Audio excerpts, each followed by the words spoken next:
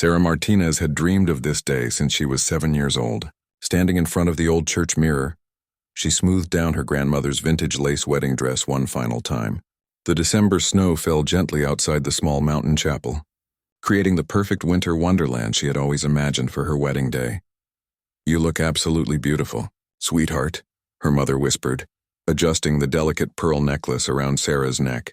The same necklace had been worn by 3 generations of Martinez women on their wedding days. Sarah's hands trembled slightly as she touched the pearls, not from nerves about marrying David, but from an unexplained dizziness that had been coming and going all morning. David Rodriguez waited at the altar, his dark eyes scanning the back of the church for his bride. They had been together for 6 years, ever since they met in college. He was a veterinarian now, running a small clinic in their hometown of Pine Ridge, Colorado. Sarah worked as a teacher at the local elementary school. Their life together was simple but filled with love, and today would mark the beginning of their forever. The small church was packed with family and friends from their tight-knit mountain community. Everyone knew everyone in Pine Ridge, and Sarah and David's love story had become somewhat of a local legend.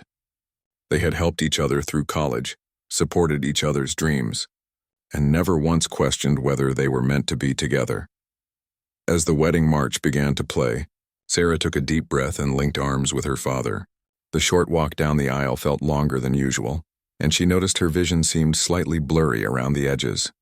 She blamed it on the emotional weight of the moment and the early morning excitement.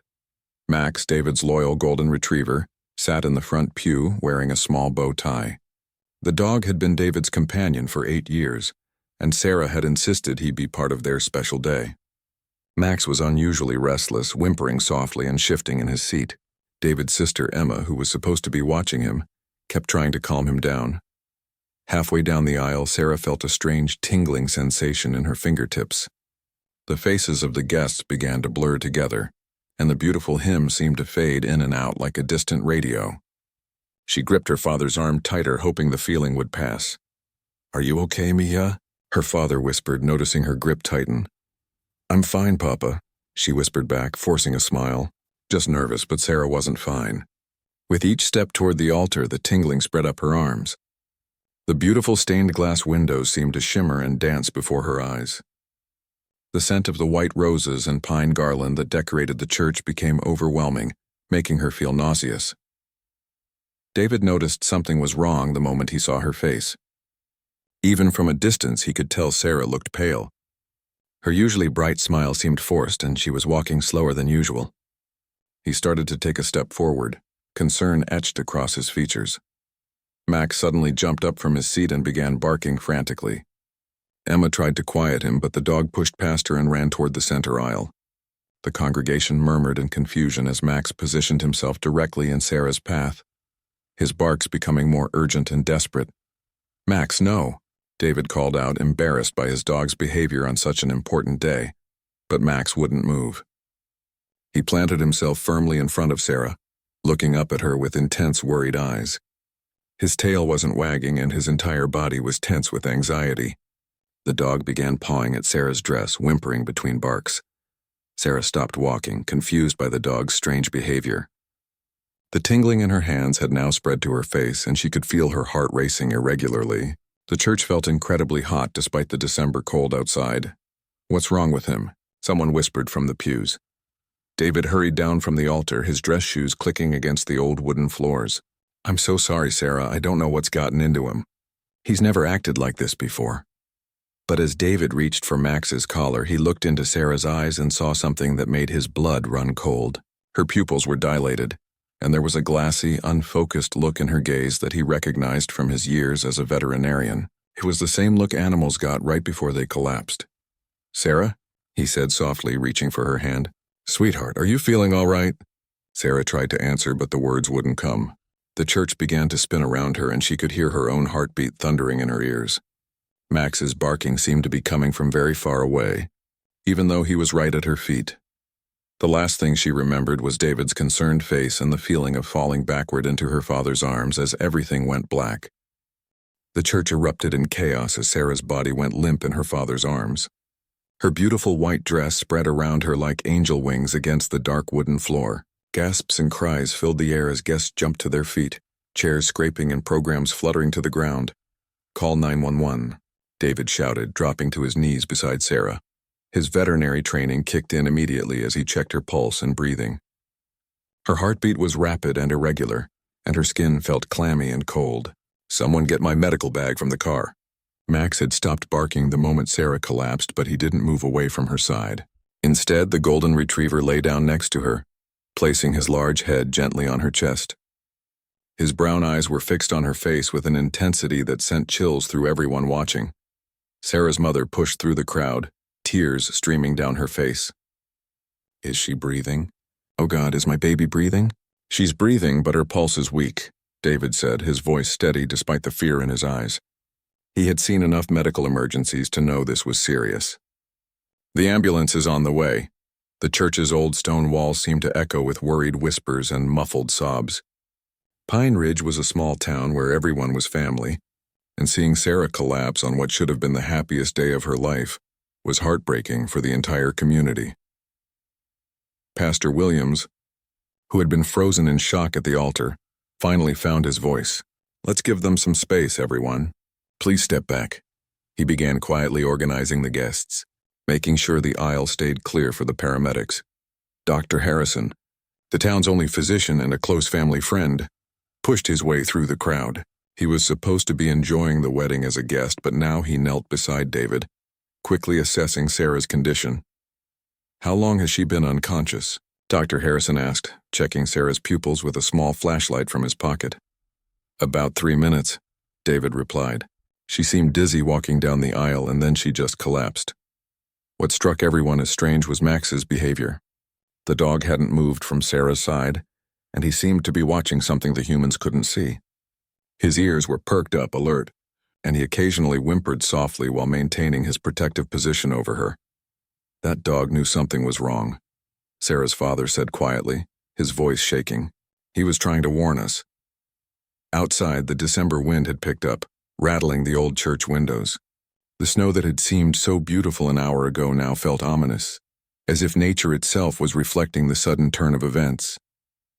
The ambulance sirens could be heard in the distance, growing louder as they wound through the mountain roads. Sarah's wedding party stood in stunned silence. Her maid of honor, Jessica, clutched the bouquet of white roses that Sarah had dropped. The groomsmen looked helplessly at David, unsure of what to do or say. This was supposed to be a celebration, not a medical emergency. "She complained of headaches this week," Sarah's mother suddenly remembered, speaking to Dr. Harrison.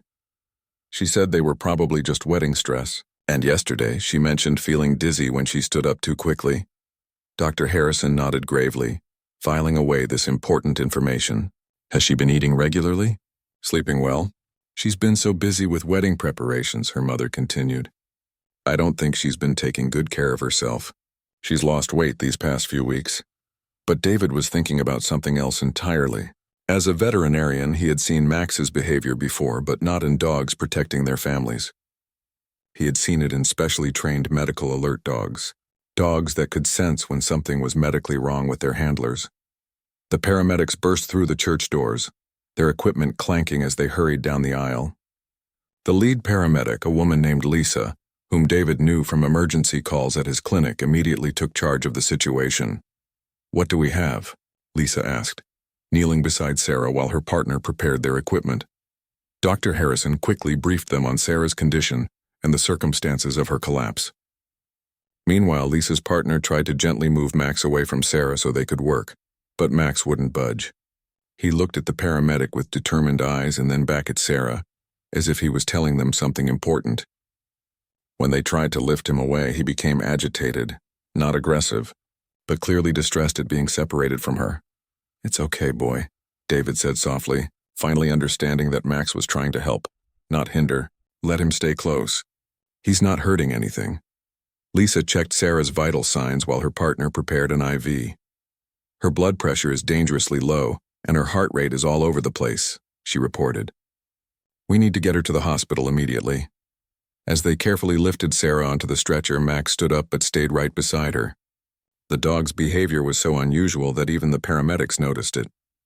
Dogs were typically either scared of medical equipment or excited by the commotion, But Max seemed focused on something specific about Sarah's condition. "I'm riding with her," David announced, still wearing his wedding tuxedo. "Of course," Elisa nodded. "Family can ride along." As they wheeled Sarah toward the ambulance, Max trotted alongside the stretcher, his nose occasionally sniffing near Sarah's hand. Just before they reached the church doors, something remarkable happened. Sarah's eyes fluttered open for just a moment. She was still unconscious, but her hand moved slightly, and Max immediately perked up, his tail giving a small wag. It was as if the dog could sense something in her that the humans couldn't detect. The ambulance doors closed with David and Sarah inside, leaving Max standing in the snow-covered parking lot, watching as they drove away toward the county hospital 30 miles down the mountain. The hospital waiting room filled with wedding guests still dressed in their formal clothes, creating a surreal scene of silk dresses and bow ties in the sterile medical environment. David paced back and forth near the emergency room doors, his black tuxedo wrinkled and his bow tie hanging loose around his neck. Dr. Patricia Chen, the emergency room physician, had been working on Sarah for over 2 hours. Every time the ER doors swung open, David's heart jumped, hoping for news. Sarah's parents sat huddled together on uncomfortable plastic chairs, her mother clutching her wedding bouquet like a lifeline. The blood test should be back soon, David told Sarah's family for the 10th time, though he was really trying to reassure himself. His veterinary knowledge helped him understand the medical terminology, but it also made him aware of how serious Sarah's condition might be. Back at the church, something interesting was happening. Max had refused to leave the building after the ambulance departed. Emma, David's sister, had tried to coax him into her car to take him home, but the dog planted himself firmly in the church pew and wouldn't move. "Come on, Max," Emma pleaded. "David will be at the hospital for hours. You need to come home with me." But Max just stared at Emma with those intelligent brown eyes and then looked back toward the altar where Sarah had collapsed. Pastor Williams, who had stayed behind to lock up the church, noticed the dog's strange behavior. "He keeps sniffing around where Sarah fell," Pastor Williams observed. "It's like he's looking for something." Emma knelt down beside Max and gently stroked his golden fur. "What is it, boy? What are you trying to tell us?"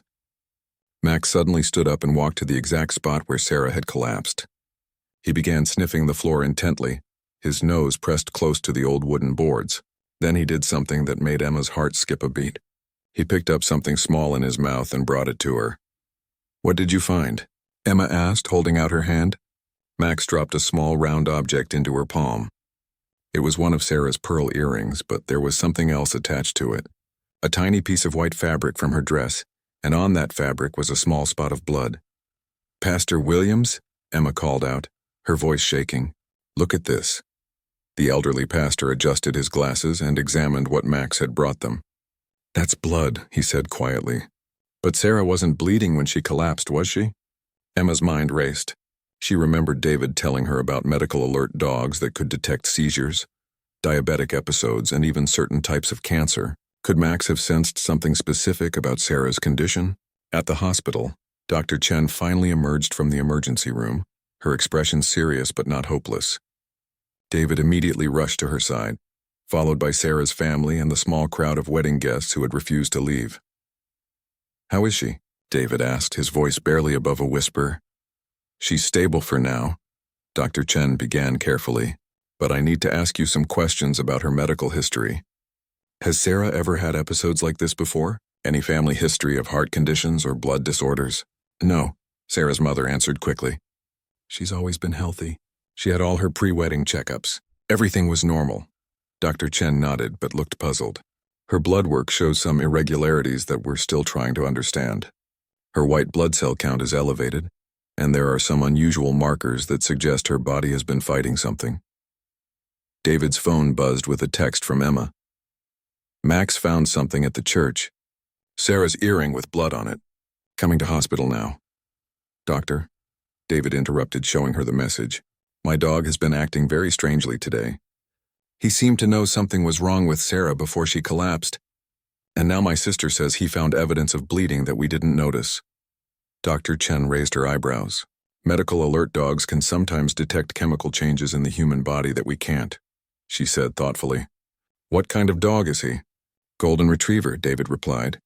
"He's not trained as a medical alert dog, but he's always been unusually intuitive about people's emotions and health. 20 minutes later, Emma arrived at the hospital with Max in the earring. The dog immediately strained toward the emergency room doors, whimpering softly. Dr. Chen examined the earring and the blood spot under a magnifying glass. "This is definitely blood," she confirmed, "and it's fresh. If this came from Sarah's ear, it could indicate a bleeding disorder, or possibly an infection that we haven't identified yet." She looked at Max, who was sitting perfectly still but alert, his eyes fixed on the emergency room doors. "Has your dog ever shown this kind of behavior before?" "Never," David answered honestly. "He's always been calm and friendly, but today, it was like he was trying to warn us about something specific. Dr. Chen made a decision that would change everything. I want to run some additional tests based on what your dog found. Sometimes animals can detect internal bleeding or infections that our initial tests miss."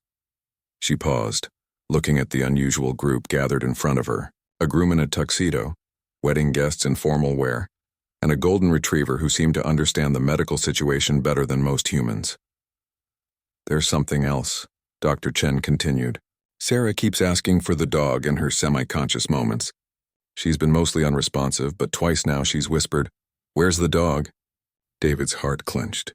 Even in her medical crisis, Sarah was thinking about Max. "Can we see her?" "Family only and just for a few minutes," Dr. Chen said. "But," she looked down at Max, who was sitting patiently but watching her every move, "I think we should make an exception for your dog. If he can provide any clues about Sarah's condition, we need all the help we can get."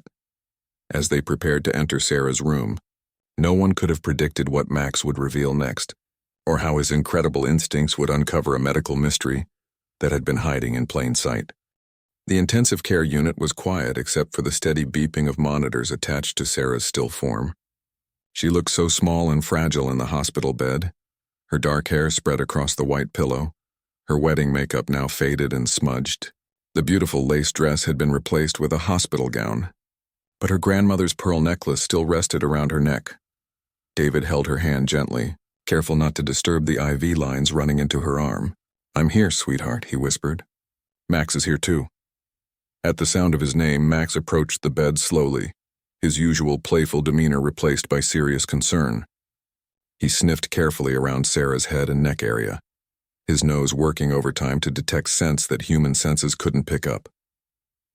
Dr. Chen watched Max's behavior with growing interest.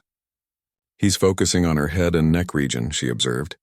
"That's very specific behavior." Suddenly, Max did something that surprised everyone. He gently placed his paw on Sarah's left shoulder and began whimpering in a way that sounded almost like he was trying to communicate. His eyes looked directly at Dr. Chen, then back at Sarah's shoulder, then back at the doctor. "It's like he's trying to tell us something about that area," Sarah's mother whispered. Dr. Chen moved closer to examine where Max was indicating. She carefully lifted Sarah's hair and checked her neck and shoulder area with her penlight. At first, everything looked normal, but then she noticed something that made her pause. "There's a small mark here," she said, pointing to a tiny red spot behind Sarah's left ear. "It's so small I almost missed it. It looks like it could be a bite." "A bite?" David leaned in to look. From what? "I'm not sure yet," Dr. Chen said, taking photos of the mark with her phone for documentation. "But if this is what I think it might be, it could explain everything." She immediately called for additional blood tests, specifically looking for signs of infection that might come from an insect or spider bite. Max seemed to relax slightly once the doctor had found what he was trying to show them, but he remained vigilant beside Sarah's bed. 2 hours later, Dr. Chen returned with results that shocked everyone. "Sarah has been bitten by a black widow spider," she announced. The blood tests confirmed the presence of Latrodectus venom in her system. The room fell silent except for the humming of medical equipment. David felt his knees go weak. Black widow spider bites could be fatal if not treated quickly. But where would she have encountered a black widow? Sarah's father asked. "We've lived in these mountains our whole lives. They're not common here, especially not in December."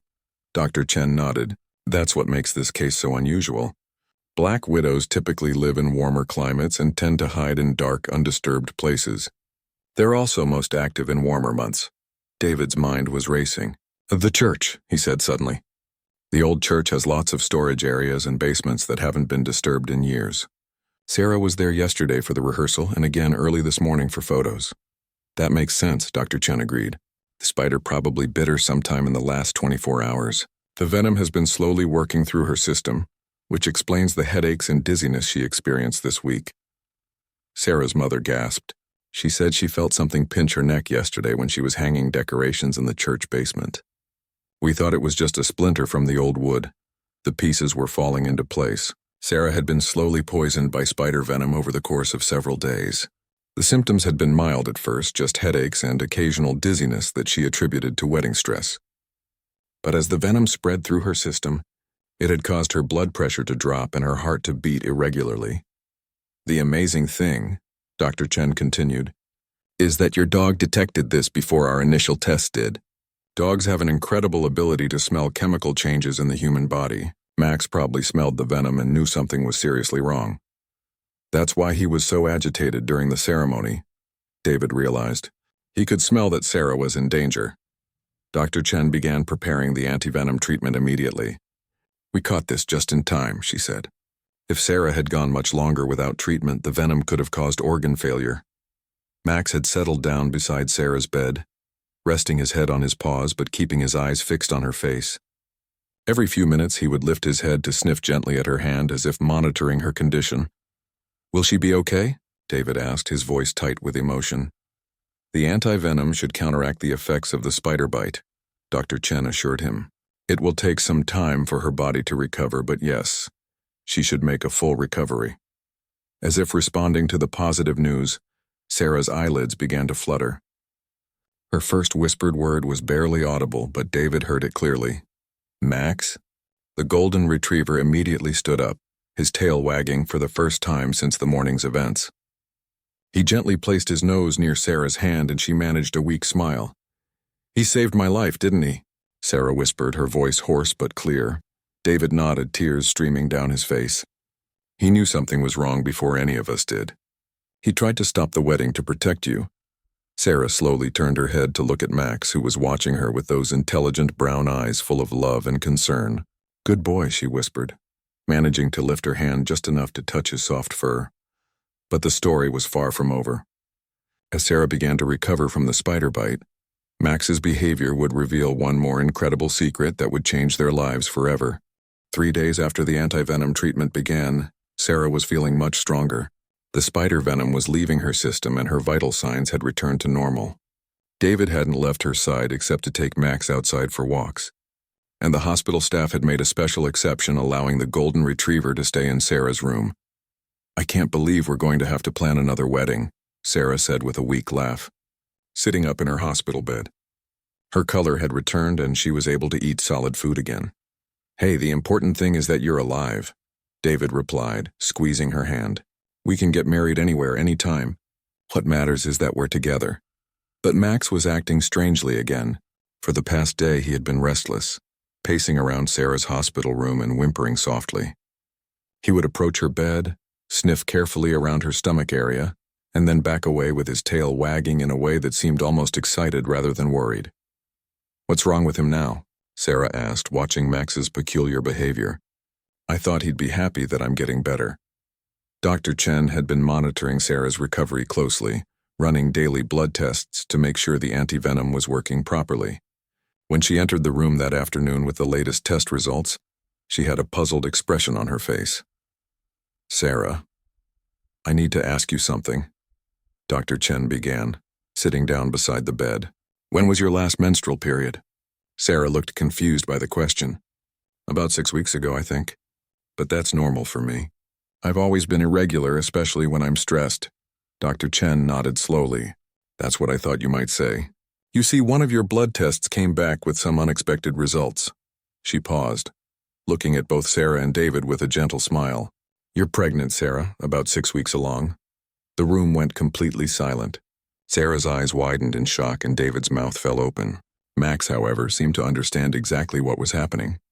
He approached the bed with his tail wagging furiously and gently placed his nose against Sarah's stomach. Pregnant? Sarah whispered, her hand instinctively moving to her belly. But how? I mean, I know how, but we weren't trying. These things happen, Dr. Chen said kindly. And actually, this explains a lot about Max's behavior. Dogs can detect pregnancy very early, sometimes even before the mother knows. The hormonal changes create a distinct scent that dogs can pick up on. David was staring at Sarah with tears in his eyes. "We're going to have a baby?" "We're going to have a baby," Sarah confirmed, her voice filled with wonder and disbelief. Max was beside himself with joy, gently pawing at the bed and making soft, happy whining sounds. It was as if he had been trying to tell them about the pregnancy for days. "But wait," Sarah said, suddenly worried. "The spider bite, the venom, the anti-venom treatment, could any of that have hurt the baby?" Dr. Chen had anticipated this question. "I've been researching that since we discovered your pregnancy. The good news is that Black Widow anti-venom is considered safe during pregnancy, especially when the alternative is letting the venom damage your organs. The baby should be fine," she continued. In fact, Max might have saved 2 lives by detecting the spider bite when he did. If the venom had progressed much further, it could have been dangerous for both you and the baby. The realization hit them all at once. Max hadn't just been protecting Sarah on their wedding day. He had been protecting their unborn child too. The dog had somehow sensed both the pregnancy and the danger from the spider bite. "He knew," David said in amazement, looking at his faithful companion. "He knew about the baby and he knew you were in danger. That's why he was so desperate to stop the wedding." Sarah reached out to pet Max, who was now sitting calmly beside her bed, looking enormously pleased with himself. "You were trying to protect your little brother or sister, weren't you, boy?"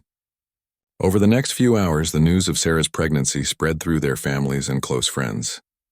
The church congregation that had witnessed the dramatic events of their wedding day was overjoyed to learn that their prayers had not only saved Sarah's life but also protected a new life they hadn't known existed. Pastor Williams visited that evening, his eyes twinkling with happiness.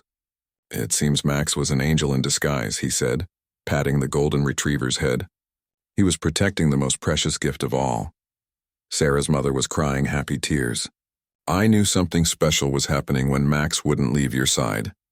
Animals have such incredible instincts about these things. So what happens now?" Sarah asked, looking between David and Dr. Chen. "When can we go home? And when can we actually get married?" Dr. Chen smiled. "You can go home tomorrow if your blood work continues to improve. As for getting married, that's up to you two. Just maybe avoid old churches with dark basements for a while." David laughed, the first real laugh he'd had since their original wedding day. "I have an idea about that, actually." As they began making new plans for their wedding, Max curled up beside Sarah's bed, finally at peace. He had successfully protected his family, both the humans he could see and the tiny new life that only he had known about. His job as guardian was complete, but his role as protector of their growing family was just beginning. The most incredible part of the story, however, was yet to be revealed. Max's heroic actions would soon inspire something beautiful that no one could have predicted. 2 weeks later, Sarah was fully recovered and glowing with the health of early pregnancy. The morning sickness had started, but she had never been happier to feel nauseous in her life. David had taken time off from his veterinary clinic to care for her, and Max had become even more protective, following her everywhere and gently nudging her toward the couch whenever she tried to do too much housework. The story of their dramatic wedding day had spread far, beyond Pine Ridge. Local news stations had picked up the tale of the heroic dog who saved his owner's life, and soon reporters from Denver and even some national news outlets were calling, wanting to interview the couple and their amazing golden retriever. "I still can't believe all this attention," Sarah said, reading yet another email request for an interview. "Max is becoming more famous than we are." David chuckled, watching Max, who was sprawled across the living room floor, basking in a patch of winter sunlight. "He deserves every bit of recognition he gets. He's the reason we're all here together." But the real surprise came when Dr. Rebecca Martinez, a researcher from Colorado State University's veterinary program, contacted David directly. She had heard about Max's incredible ability to detect both the spider bite and the pregnancy, and she was very interested in studying his behavior. "What I find fascinating," Dr. Martinez explained during their phone conversation, "is that Max displayed medical alert behaviors without any formal training. This suggests he has natural abilities that could be incredibly valuable. She proposed bringing Max to the university for some tests, not to harm him in any way, but to study his scent detection capabilities. Dogs like Max could potentially be trained to detect various medical conditions early, possibly saving thousands of lives. David discussed it with Sarah, and they both agreed it was worth exploring. If Max's abilities could help other people the way they helped us, then we should definitely learn more about it, Sarah said. A week later, they drove to Fort Collins for Max's evaluation. The university's canine research facility was impressive, with specialized equipment designed to test dogs' natural abilities in a comfortable, stress-free environment. Dr. Martinez and her team were amazed by Max's performance. In controlled tests, he could accurately identify samples from pregnant women 95% of the time, and he showed remarkable sensitivity to various medical conditions, including infections, blood sugar irregularities, and even early-stage cancers. This is extraordinary, Dr. Martinez told David and Sarah after the tests were complete. Max has natural medical detection abilities that are among the strongest we've ever documented. With proper training, he could become an invaluable medical alert dog. But the most surprising discovery came when they tested Max's ability to detect pregnancy at different stages. Not only could he identify early pregnancies, but he seemed to be able to sense something else about them.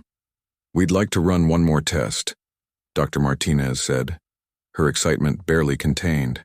"Based on Max's reactions during our pregnancy detection trials, we think he might be picking up on something very specific about your pregnancy. Sarah." They brought Sarah into the testing room where Max immediately went to her side, but his behavior was different from what they had observed with other pregnant women. He was more excited, more focused, and he kept looking back and forth between Sarah's stomach and the researchers. "What's he trying to tell us?" Sarah asked, laughing as Max gently pawed at her still flat belly. Dr. Martinez smiled. "We think Max is detecting something that we can only confirm with an ultrasound. Would you be willing to have one done here at our medical clinic?" An hour later, Sarah was lying on an examination table with ultrasound gel on her stomach, David holding her hand tightly. The ultrasound technician moved the wand around, searching for the best image of their tiny baby. "Well," the technician said with a grin, "I think I know why your dog was so excited." She turned the screen toward Sarah and David, pointing to two distinct shapes on the monitor.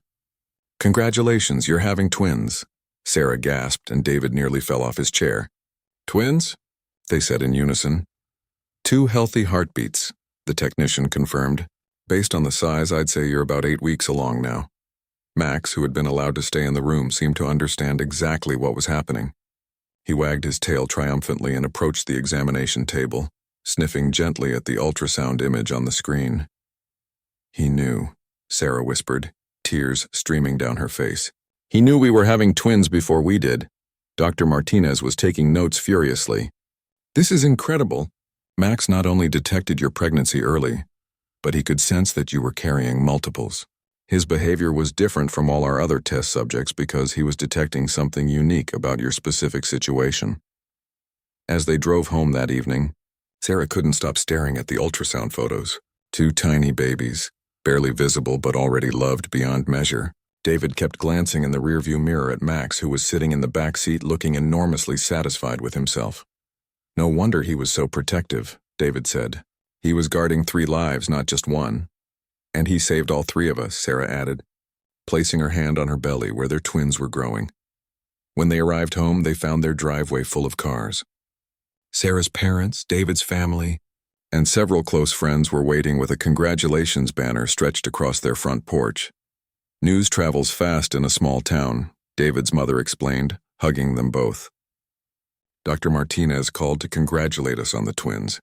She was so excited she couldn't wait to share the good news. As their family and friends celebrated around them, Sarah and David sat together on their couch with Max curled up between them. The golden retriever rested his head on Sarah's lap, one paw gently placed across her stomach as if he was still protecting the precious cargo within.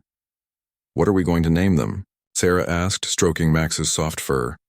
"Well," David said thoughtfully, "one of them definitely needs a name that honors the dog who saved their lives." Sarah smiled. "Max and Maxine." "Perfect," David agreed, and Max's tail thumped against the couch in approval. But their story was about to come full circle in the most beautiful way possible. 6 months later, on a beautiful June morning, Sarah stood once again in her grandmother's lace wedding dress, though it now required some careful alterations to accommodate her growing belly. The twins were due in just 2 months, and Sarah was glowing with the happiness of impending motherhood. This time, their wedding was taking place in the mountains behind their home, with the Colorado Rockies providing a stunning backdrop. No dark church basements, no hidden dangers, just open sky, wildflowers, and the people they loved most in the world. Max stood beside David at the makeshift altar, wearing a bow tie and a new title, Best Dog. But he also wore something else, a special vest that identified him as a certified medical alert dog. After months of training with Dr. Martinez's team, Max had become the first dog in Colorado certified to detect both pregnancy and spider bites. Pastor Williams had agreed to perform the ceremony again, joking that he hoped this wedding would be less eventful than their first attempt. The guest list was smaller this time, just family and close friends, but it included some special visitors. Dr. Chen was there, along with Dr. Martinez and several other researchers who had worked with Max. But the most meaningful guests were 3 families whose lives had been saved by dogs trained using the methods developed from studying Max's natural abilities. Dearly beloved, Pastor Williams began, his voice carrying across the mountain meadow, we gather here today to witness the marriage of David and Sarah, and to celebrate the incredible journey that brought them to this moment. Sarah looked radiant as she walked down the aisle, this time without any dizziness or fear. Max watched her approach with calm, happy eyes, his tail wagging gently. Everything about this moment felt right. Sarah and David, Pastor Williams continued, your love story has shown us that sometimes the most unexpected events lead to the greatest blessings. A dog's intuition not only saved your lives, but revealed the miracle of new life growing within you. As they exchanged vows, Sarah's hand rested on her rounded belly where the twins were active, seemingly excited by their parents' special day. Max sat perfectly still, but his eyes never left Sarah, still protective but no longer anxious. I promise to love you, David said, his voice strong and clear, in sickness and health, in spider bites and pregnancy surprises, with faithful dogs and growing families. For all the days of our lives, Sarah laughed through her tears. I promise to trust your instincts and Max's instincts, to appreciate the unexpected gifts life brings us, and to love you and our children with all my heart, forever and always. When Pastor Williams pronounced them husband and wife, the cheer that went up from their guests echoed across the mountainside. Max barked once, a joyful sound that seemed to punctuate their happiness perfectly. But the most touching moment came during the reception when Dr. Martinez stood up to make a special announcement. Thanks to Max's incredible abilities and the research his story inspired, we've now trained 12 dogs to detect early pregnancies and various medical conditions, she said. These dogs have already prevented 4 medical emergencies and helped identify 3 early pregnancies in women who didn't know they were expecting. She paused, looking at Max, who was lying contentedly beside Sarah's chair. But Max's contribution doesn't stop there. The university has established the Max Fund, a program that will train rescue dogs as medical alert animals and place them with families who need them. The crowd applauded enthusiastically, and Max's tail thumped against the ground as if he understood the importance of what was being said. As the sun began to set over the mountains, Sarah and David sat together watching their guests dance and celebrate. Sarah's twins were particularly active, kicking and moving as if they too were enjoying the party. Are you feeling okay? David asked, his new husband instincts on high alert. I'm perfect, Sarah replied, leaning against his shoulder. And if I wasn't, Max would let us know. Indeed. Max was positioned beside Sarah's chair, occasionally placing his nose near her belly to check on the twins. Dr. Martinez had explained that his protective behavior would likely continue throughout the pregnancy and beyond. He's going to be an amazing big brother, Sarah said, stroking Max's golden fur. As the evening wound down and their guests began to leave, the 3 couples whose dogs had been trained through the Max Fund approached to thank them personally. Our daughter Emma has type 1 diabetes, one mother explained. Her alert dog buddy can detect when her blood sugar is dropping before she even feels symptoms. He's already prevented 2 serious episodes. Another couple shared how their dog had detected the wife's pregnancy at just 4 weeks, allowing them to get early prenatal care after previous pregnancy complications. Max didn't just save your lives, the third woman said, tears in her eyes. His story is saving lives all over the country now. As Sarah and David finally headed inside their home that night, officially married at last, Max trotted beside them with his head held high. The golden retriever had become more than just a pet. He was a hero, a family member, and the inspiration for a program that would help countless other families. "Thank you, Max," Sarah whispered as they settled into bed, her hand on her belly where the twins were finally quiet. "Thank you for protecting all of us." Max curled up beside their bed, one eye open and alert as always, ready to guard his growing family through whatever adventures life might bring. He had learned that sometimes the most important job isn't just being a good dog, but being a guardian angel with 4 paws and a golden heart. 2 months later, when Sarah went into labor, Max was the first to alert David that it was time to go to the hospital. And when they brought twins Maxwell and Maxine home from the hospital, Max appointed himself their official protector, a role he would cherish for the rest of his life. The collapsed bride in the snow had become a mother, a wife, and the inspiration for a program that would save countless lives, all because one remarkable dog refused to let his family walk into danger on what should have been the happiest day of their lives.